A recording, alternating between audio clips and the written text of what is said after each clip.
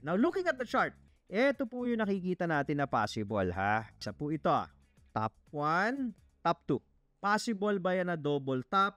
Or are we forming a possible cup and handle?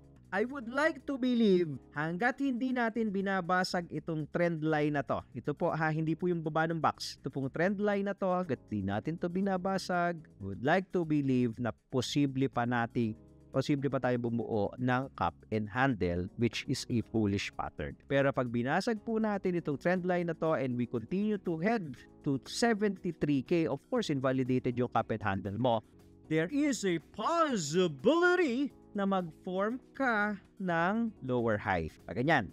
So, meaning to say, kung babasagin natin to, say, ganyan si Bitcoin, di ba? Okay, retest to. Okay, tatalbog ng konti. Tapos, dadaus-dos. Eto, mabilis dito kasi walang trade. Pag tumama dito, pag nag-rally back, pwede ka mag-form ng lower high. So, yan ang babantayan natin. Pero, dito sa titas, and po, medyo long shot pa yan. Dahil, there is a possibility na pag tumama na naman to sa 90, talbog ka na naman. Pag tumama ka dito sa trend line, talbog na naman to.